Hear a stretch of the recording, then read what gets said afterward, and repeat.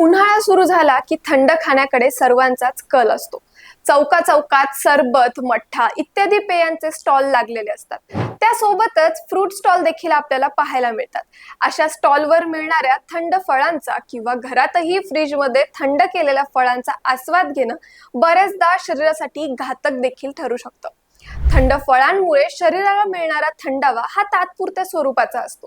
मात्र त्यानंतर आपल्या शरीरामध्ये पोटाशी संबंधित समस्या किंवा घशामध्ये त्रास होऊ लागतो. सर्दी, खोकला यासारख्या बऱ्याच समस्या या थंड फळांमुळे होऊ शकतात. फळे थंड केल्याने त्यांच्यातील अँटीऑक्सिडंट्स खराब होऊ शकतात. त्यामुळे फ्रीजमधून 1 तास किंवा अर्धा तास आधी ती बाहेर काढून ठेवावीत.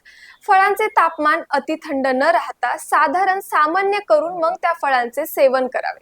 ताजी फळे फ्रीजमध्ये न ठेवता तशाच पद्धतीने खाल्ली तर ती शरीरासाठी अधिक चांगली ठरतात.